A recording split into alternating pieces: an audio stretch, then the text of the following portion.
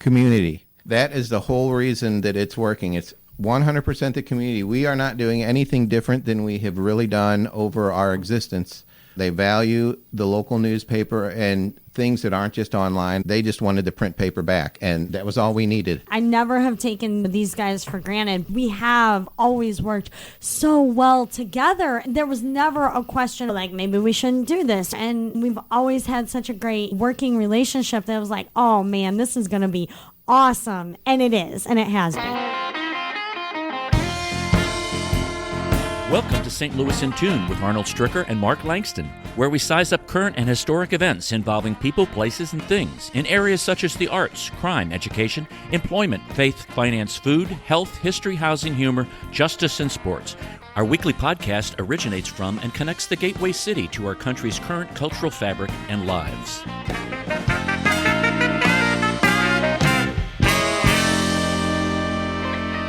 We always enjoy when we have local community celebrities in studio.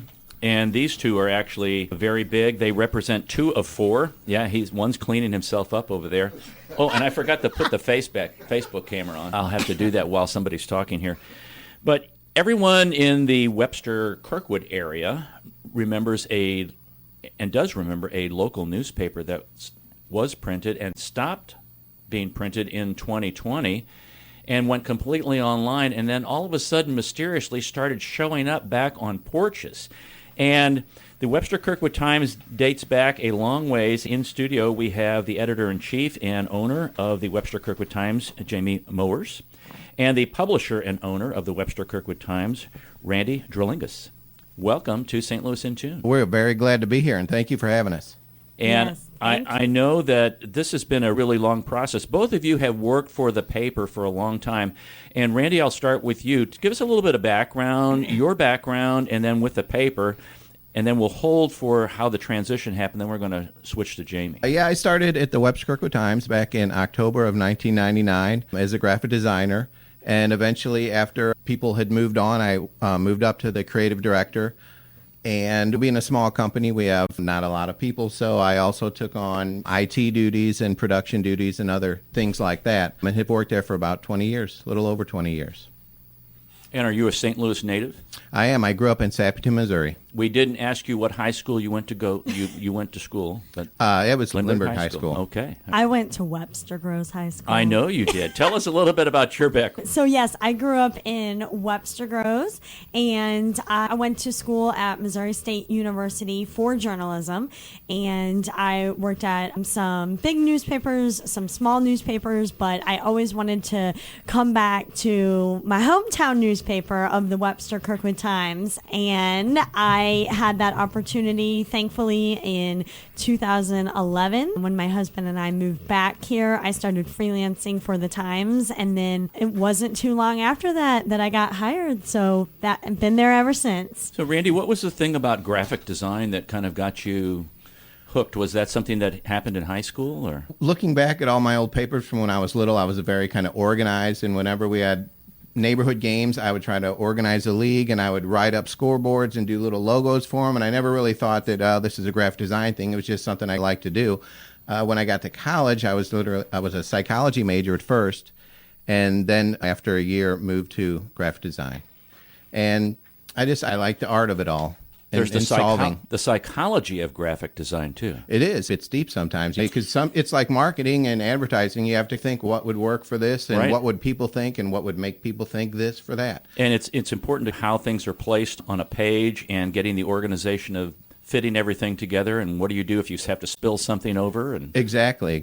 And everything's a puzzle each time. I look at it that way. Everything's a puzzle to solve, to figure out, to get to the solution. I'm a solution guy, so I like that aspect of it. That's kind of interesting. And how about you, Jamie? Did you work for the high school paper, or in elementary school were you like, I need to do this kind of thing for the classroom? I have the classroom paper. You wanted to be... I did not work for the high school paper, actually, because I didn't know... I what I would do, but I have always loved to write. I've always loved to write. Even you're talking about elementary school, so that really takes me back.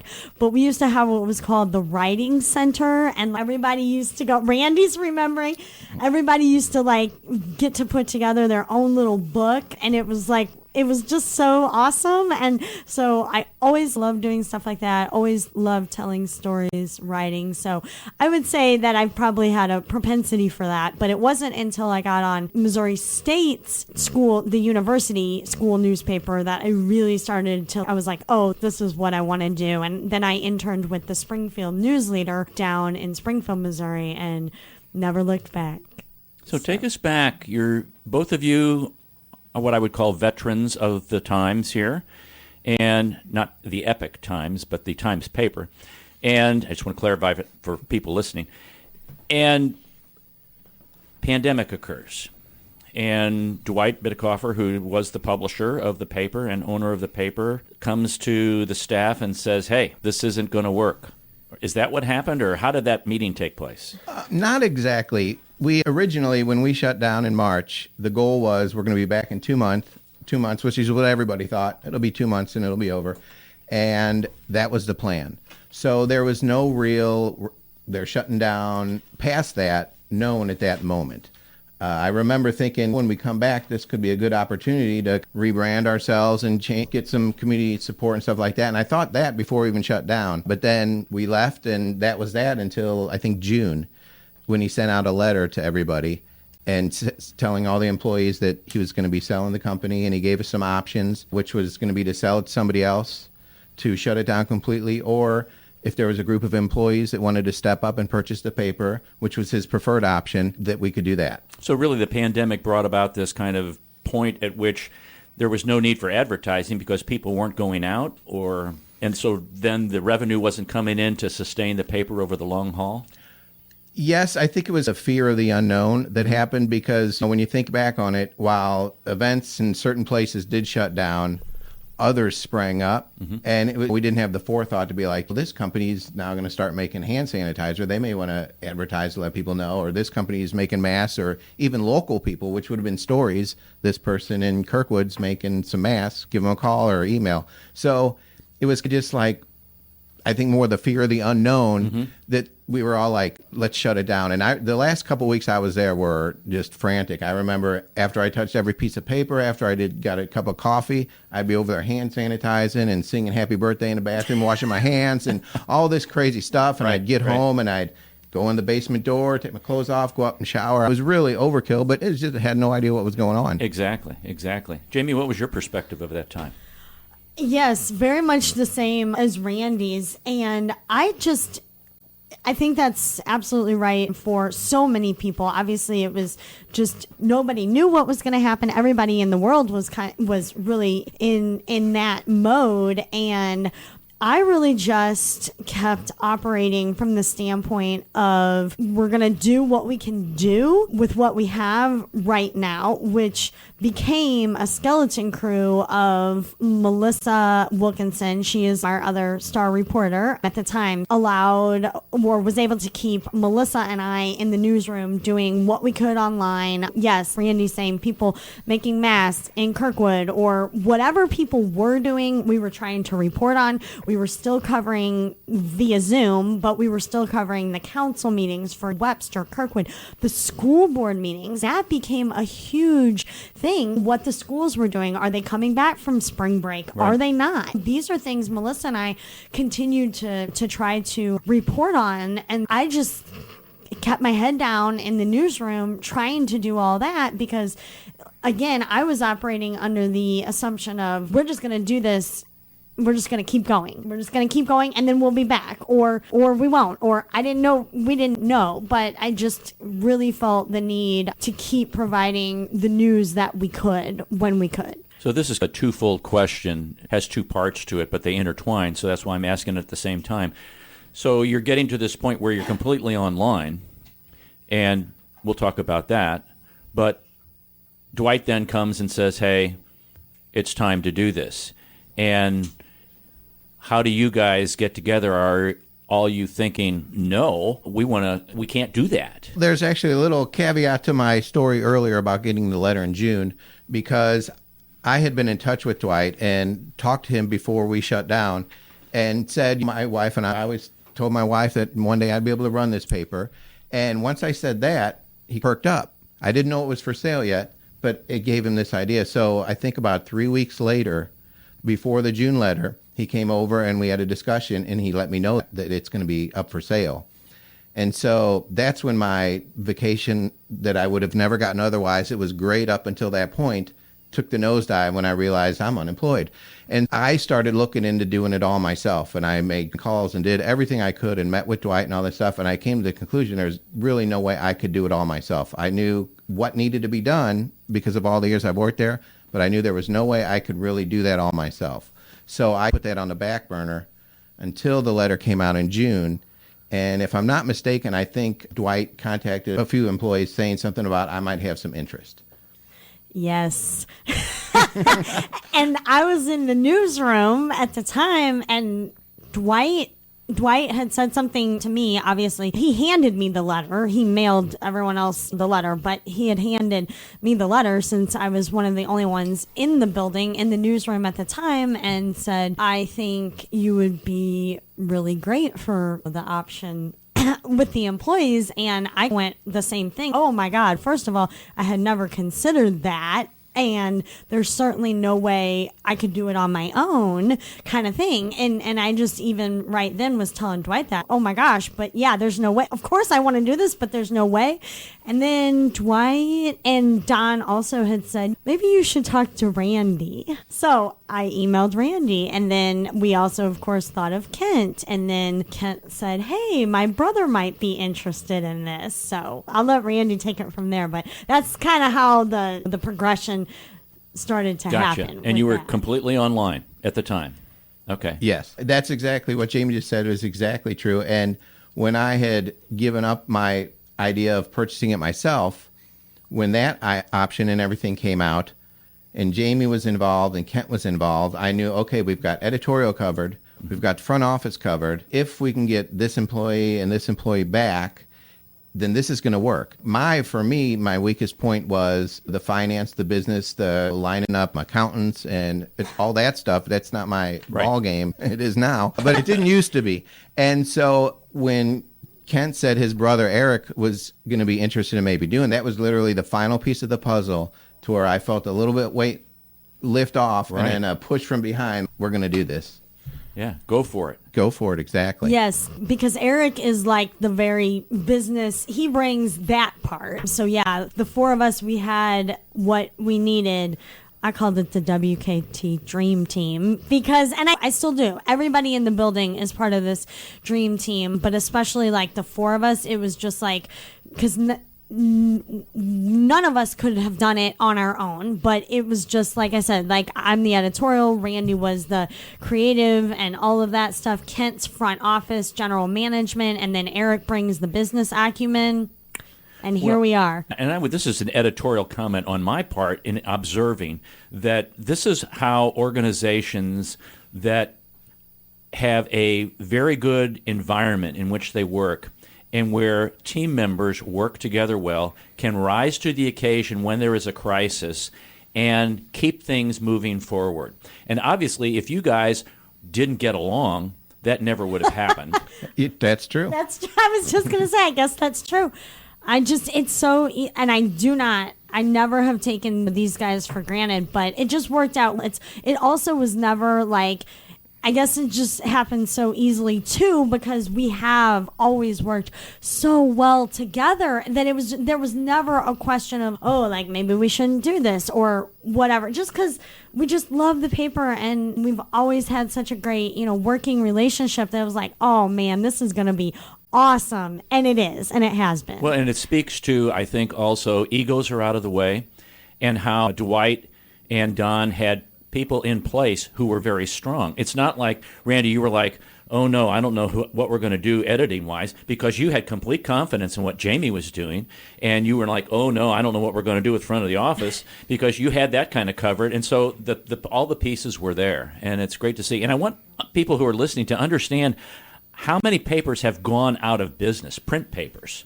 And it's okay, the Webster-Kirkwood Times didn't go out of business. They went into hibernation. They went into a different mode. They laid down for a little bit, and then they resurrected back up. That's because this is unusual. It's unusual to start a print paper or keep a print paper going. It's usually going the other way around. Community. That is the whole reason that it's working. It's 100% the community. We are not doing anything different than we have really done over our existence. We're providing the news to everybody. The community is on board for that. They value the local newspaper and things that aren't just online that go down rabbit holes, and they know they're getting the truth, and businesses know that. Everybody knows that, and it's the community that brought us back because we really trusted the community, and after hearing time after time, when you coming back, when we were online the whole time, our numbers were going down, and they just wanted the print paper back, and that was all we needed. You mentioned community, Randy, and I know, but what's the difference about holding the paper in your hands versus reading on a screen? I have trouble. I do my news now on the phone, but when I read something and I have to write on something, I like a printed copy because it's tough for me, and I know this generation is different. But if I have to go back or I want to flip back in a book, what was that? That was like a couple chapters ago. I want to refresh my memory. Like, where was that? I had to put a bookmark there. How different is that now? Or I think the one of the differences, like when you read and you're reading a paper or a book, you're in control.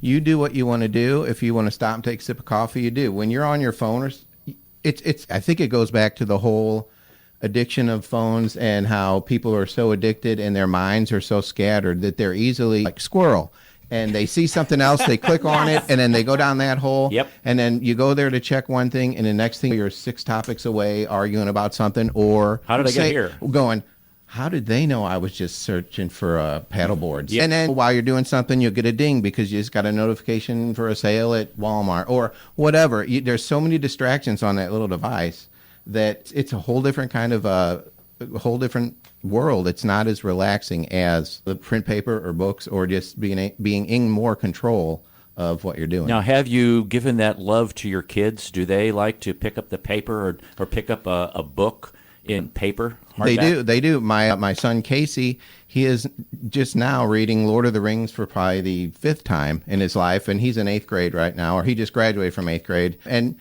they've heard my rants over the years. I've always been a tech guy since I was 10, so 1980, and I've loved it my whole life, but I've couldn't not notice what was going on with the internet and all the crazy things, and there's so many of them. All the times I would go in and see my kid watching YouTube, and it's amazing what YouTube was like in the early days and what kind of stuff was on there that were influencing kids that most will never even know happened, but right. Those kids are affected now by that. And I recognize that, and so they'd hear my rants, and that's pretty much all they needed. They still use computers. They love computers and things like that. But they know the difference between the real world and the virtual world and why the real world's important.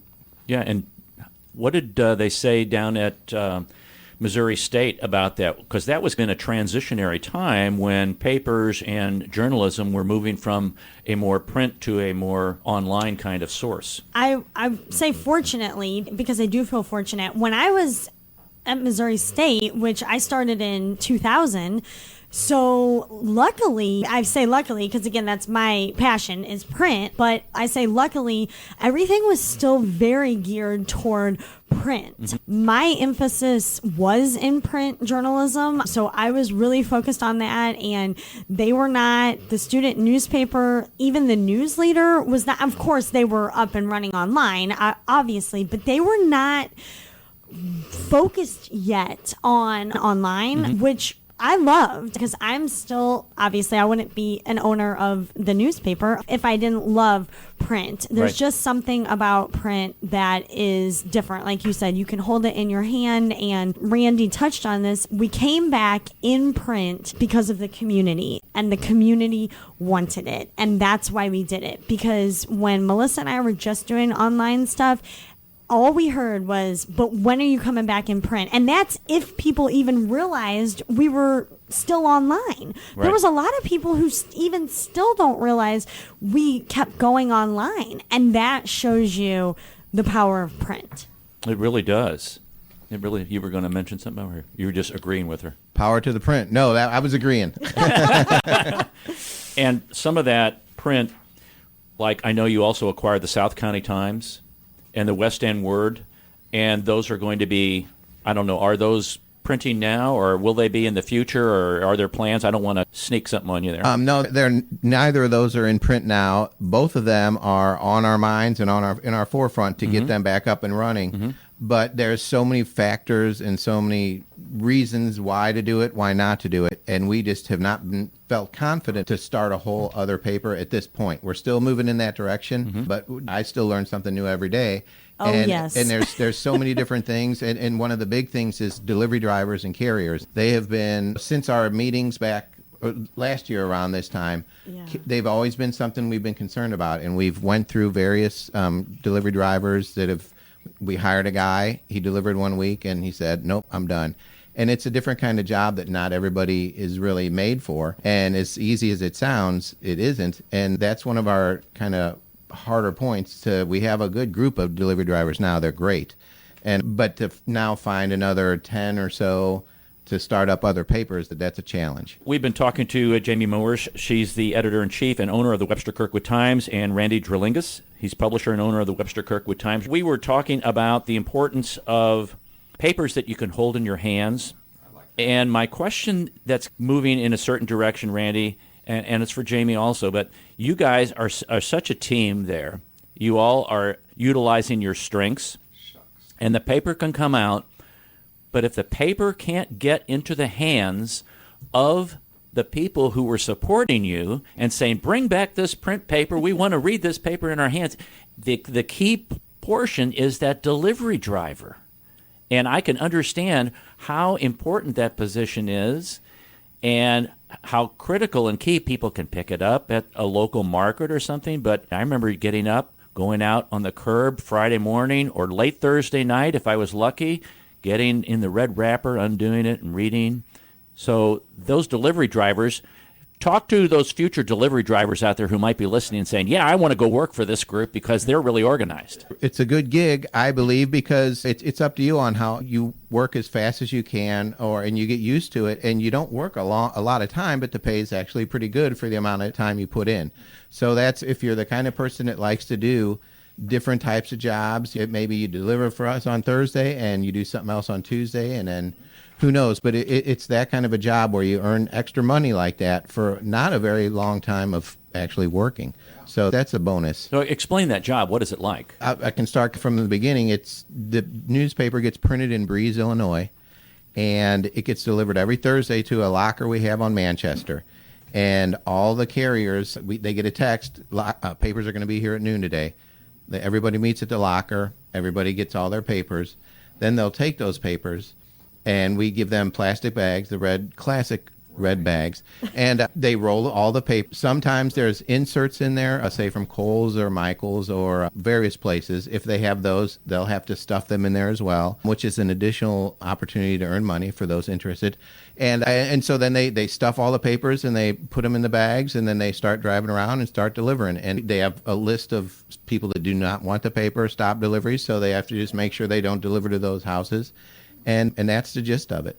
And you take your car and you just toss out the window, or? Exactly. If I was doing it full-time for myself, I would always want to have a partner. Some people have been delivering papers for so long they don't need one, and so it depends on what your level is and what you can learn and how quickly you can pick it up.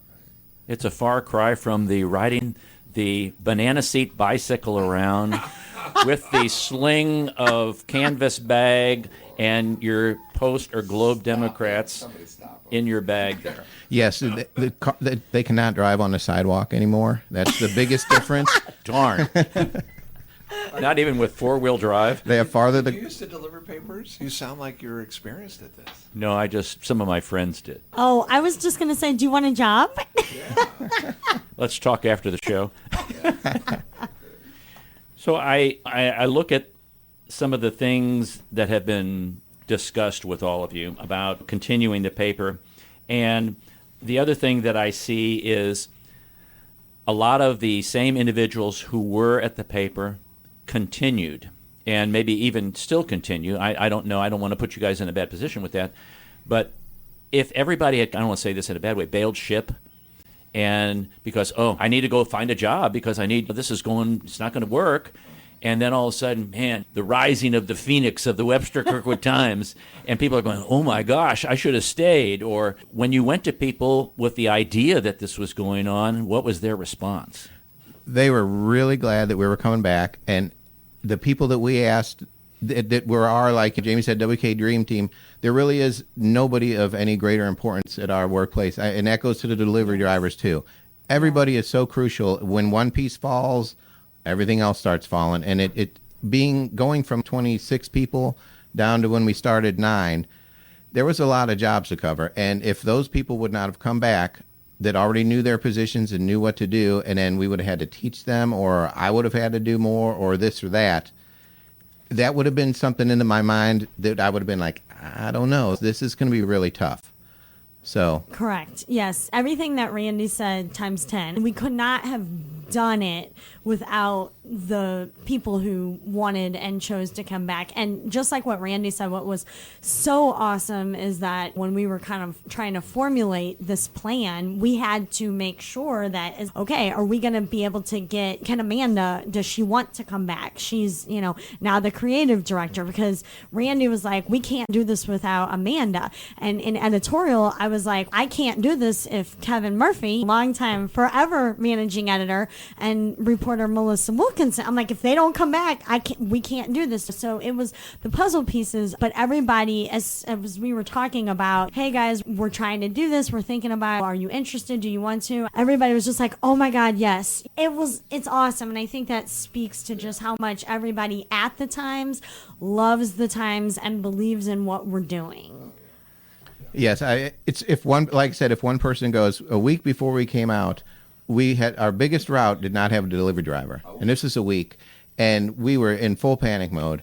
And yes, full panic mode. And Dwight just had remembered, the previous owner, Dwight Bittacofer, had remembered this guy that he talked to, maybe interested before, and on a whim he gave him a call, and he is just the best professional delivery driver that we could have ever asked for, and he just picked that up, and that saved us for that. And then we moved on till next week. There really is always something. Like, it's so true what Randy said. I swear, learn every day, and that's what part of being a business owner is about. So it's really about rolling with the punches and just, okay, what do we need to do today to get the wheels back on the bus, Yeah, one of my favorite stories was about, I don't know if it was issue 4, maybe issue, and everybody was at the locker getting ready to get the papers, and then it came to my attention that I guess I missed a payment, and so everybody was locked out. They couldn't get in the locker, they couldn't get in the gate, they changed the code. Oh no. And so obviously panic ensued there, and everybody was on their way there, and they couldn't get in, so we had to take care of that real quick. But it's little things like that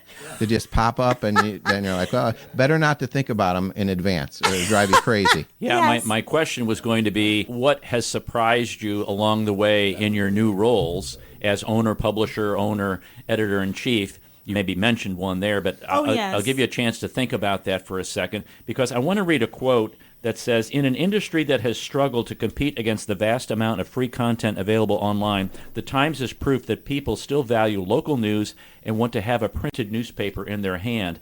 And also, the advertisers in our paper are your friends, neighbors, and family members who are supporting the paper through their ads. This is Kent Tenchert. Please support them and keep your money, like our news, local.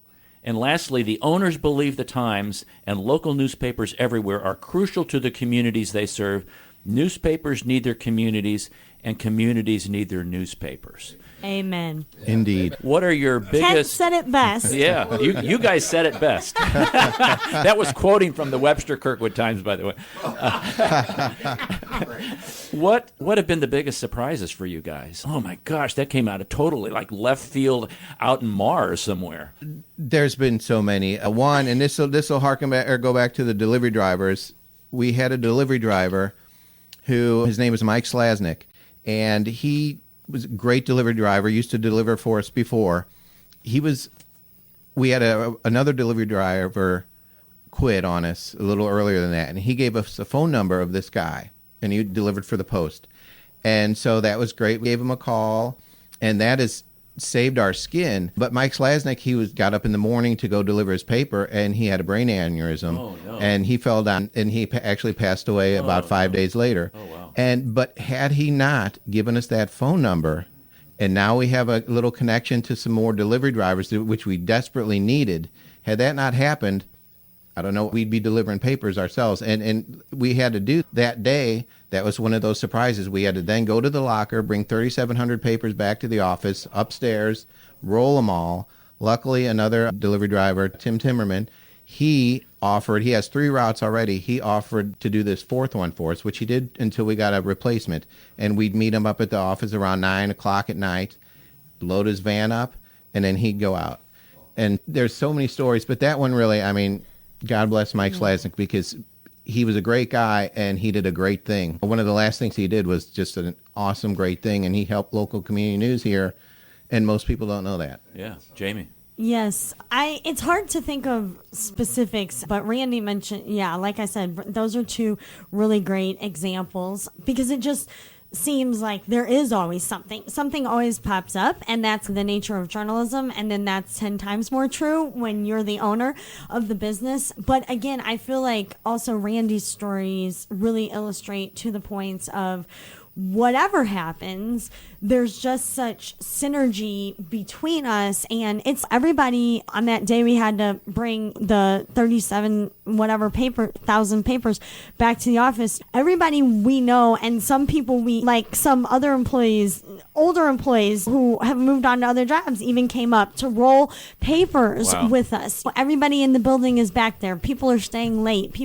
We always do what has to be done, because that's how much we care. That's how much we care about what we're doing, and we want the paper to get out to the community. So it always, or like Randy's saying, Mike Slasnick passed on that number, or if I'm in a jam editorial, somebody's, call so-and-so, or so it's always like those, I don't know if I say serendipitous, but it's always like those little connections and things that are just like, okay, now we're good because of this person or that person or this phone call. We have what we need. And that really speaks to the community as well. Like I said, just everybody's willing to pitch in and help where needed. Yeah, it speaks to the larger community, but it also speaks to the community that has been developed at the Webster-Kirkwood Times. You use the word synergy.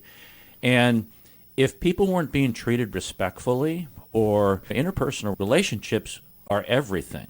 And if people didn't feel like they were being valued at the paper, either prior to or while you guys were owners, and they were like, oh, too bad, so sad, I guess that's your problem, but they didn't feel that way, they had ownership in it too, in a different kind of emotional way, and in a, I don't want to call a friendship necessarily kind of way, but an interpersonal relationship, that they felt valued, that their contribution and their being there was important. It wasn't just, hey, don't let the door hit you on the way out kind of attitude, or it wasn't like, well, we got a dozen people lined up for your job, so don't worry about it if you want to go. That's not the attitude I'm getting, or I think they have ever gotten. No, and that was part of the whole process in the WKT Dream Team, was we knew these people that we were hoping that would come back were the perfect people for the job. We have full trust in them. And that's really the attitude at our office. Is it's not, can we do this? It's like, how are we going to do this? Immediately when something comes up, it's not, oh, we're not going to be able to do this. What's going to happen? We're literally like, how are we going to get this done? And we start moving forward immediately. So yes, that's how you're saying good, but that's how you have to be if you want to be successful. Like Randy said, it's not, we take 10 seconds. We take the 10 seconds to be like, whoa, okay.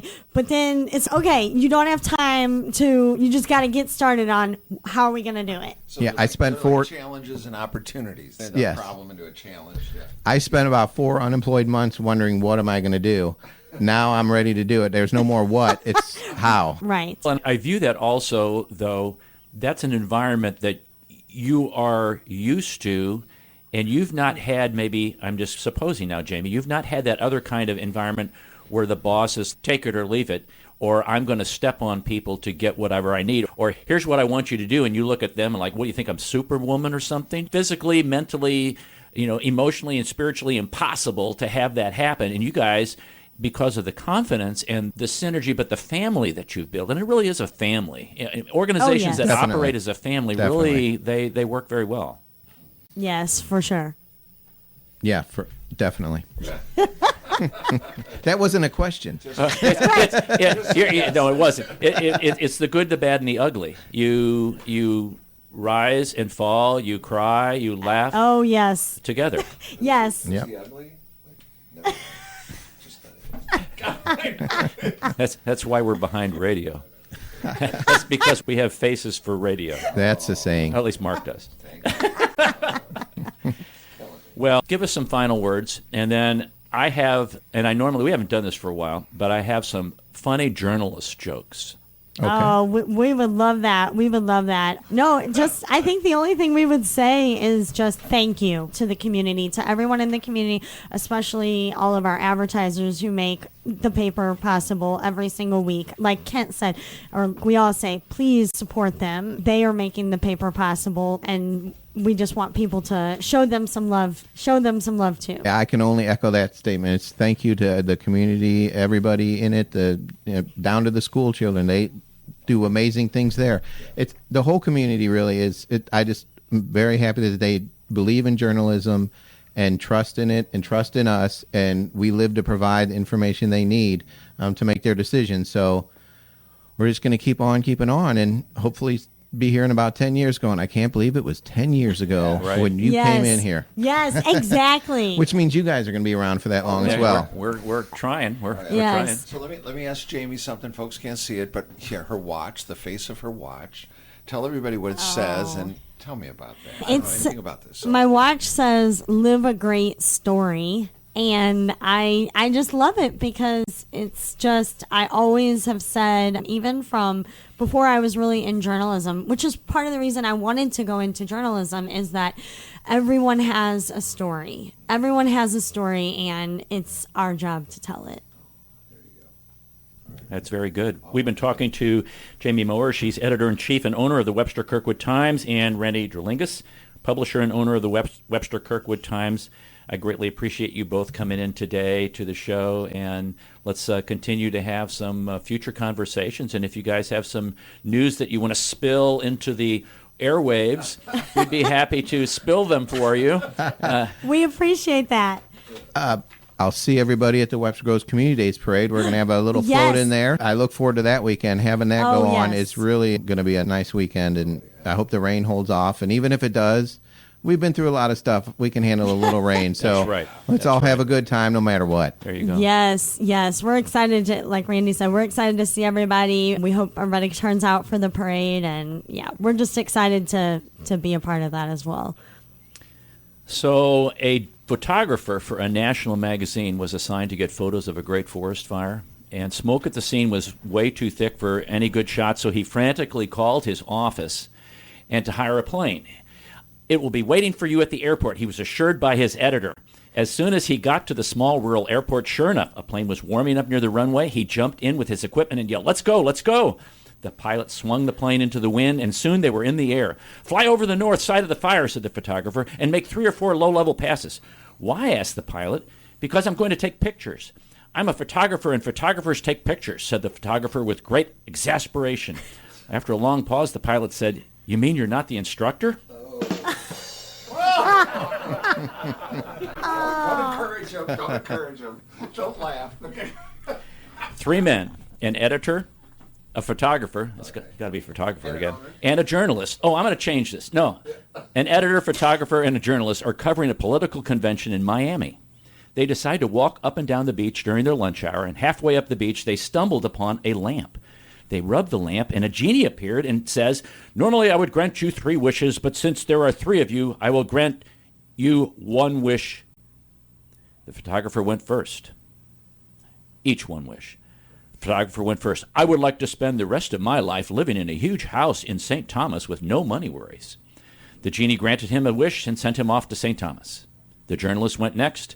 "I would like to spend the rest of my life living on a large, huge yacht, cruising the Mediterranean with no money worries." The genie granted him his wish and sent him off to the Mediterranean. Last but not least, it was the editor's turn. "And what would your wish be?" asked the genie. I want them both back after lunch, replied the editor. The deadline for tomorrow's paper is in about 10 hours.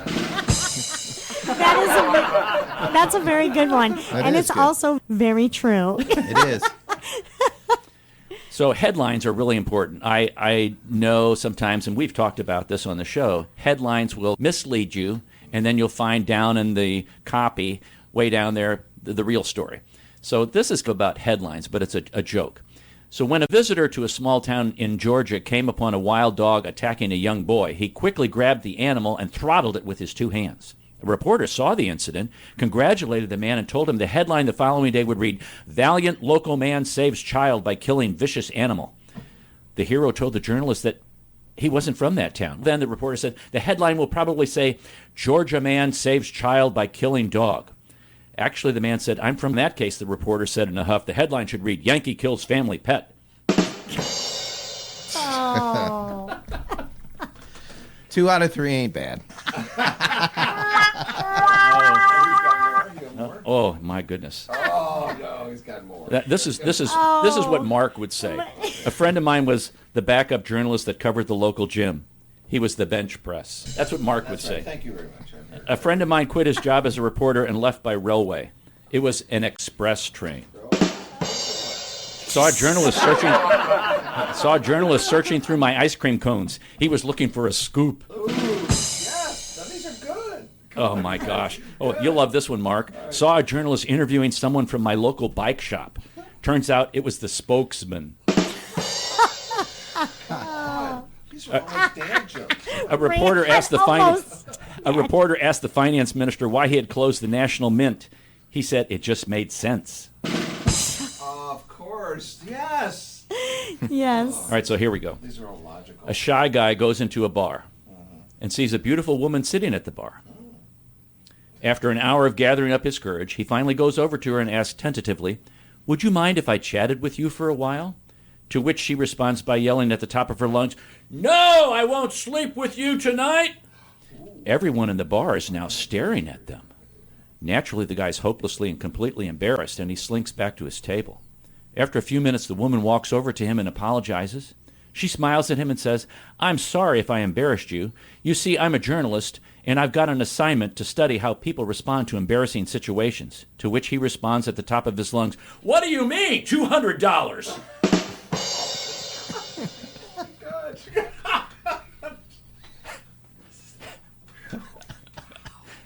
Wow. We try to have fun here. We do.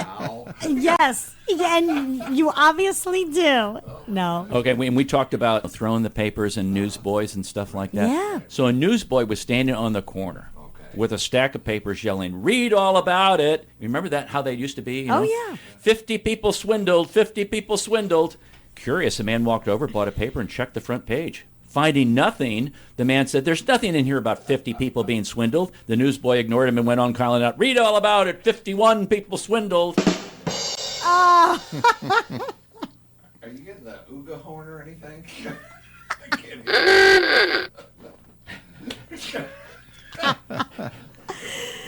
Oh, reporter, "My editor sent me to do the burglary." Policeman, "You're too late. It's already been done."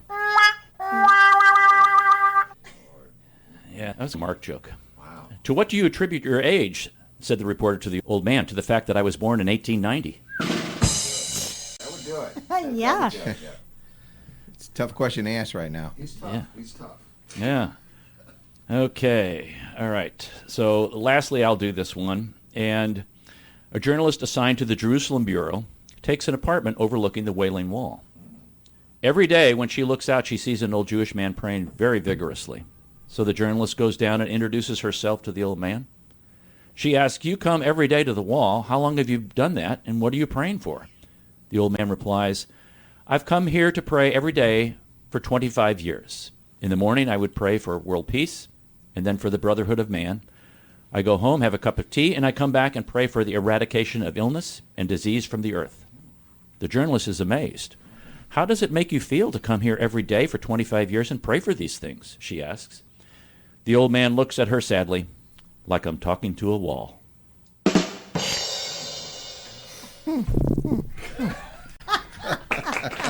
Need to keep my day job. Actually, we'd like to move you to overnights.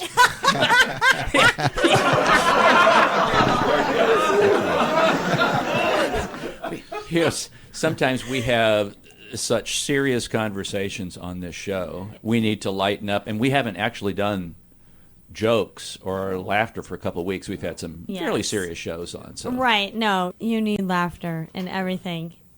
That's true. I'm glad we make you laugh. Yeah, yes, I'm glad we could bring that. I was doing some of those so you could tell those at the news meetings or something like that. To break the ice a little bit. I gotcha. Yes. Yeah, keep your day job, he goes. And did we talk about be kind? We did, right? So we're grateful to have the Webster-Kirkwood Times. I'm thinking about this as kids grow up and they see their parents reading that and they're reading that. Hopefully they're reading that too.